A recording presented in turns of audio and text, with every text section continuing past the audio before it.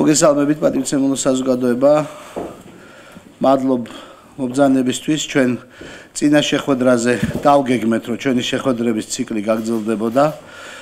ეს შეხვედრები უაღრესად მნიშვნელოვანია ჩემთვის, რადგან ჩვენი შეხვედრების რეჟიმში ჩვენ საუბრობთ იმ ამოსავალ პირობებზე, რომელმაც უნდა შექმნას შესაძლებლობა უფრო დემოკრატიული, უფრო პლურალისტური საზოგადოების შექმნისა საქართველოში. საქართველოს პოლიტიკური მდგრადობა დამოკიდებულია იმაზე, რამდენად პლურალისტურ პოლიტიკურ ველს შევქმნით და ის წინ გადადგმული ნაბიჯი, რომელიც ნათლად არის ჩვენი დემოკრატიის ნაწილი, რომ საზოგადოებას უკვე სჯერა, რომ ხელისუფლება იქმნება, იცვლება და ფორმირდება ამომრჩევლის ნების საფუძველზე, ახლა კიდევ ერთი ნაბიჯი უნდა გადადგას ქართულმა პოლიტიკურმა საზოგადოებამ და შექმნას ისეთი პოლიტიკური სისტემა, როდესაც ჩვენ უკვე მართლა ევროპულ სათამაშო ველს შევქმნით, როდესაც პარლამენტი იქნება დაკომპლექტებული ძლიერი, სტაბილური და არაერთი და ორი პოლიტიკური ძალის მიერ. შესაბამისად,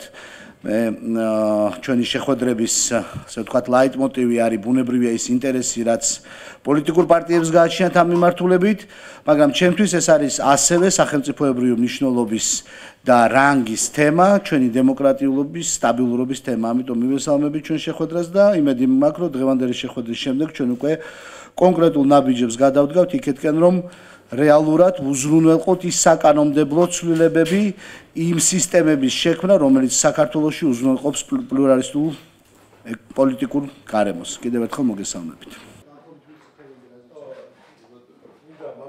ჩვენ ვფიქრობთ, რომ უახლოეს პერიოდში საქართველოს პრეზიდენტი უზრუნველყოფს კონფერენციის გამართვას, რომელიც ამ საკითხებთან დაკავშირებით საზოგადოების და პოლიტიკური მოთამაშეების კონსოლიდაციას მოემსახურება.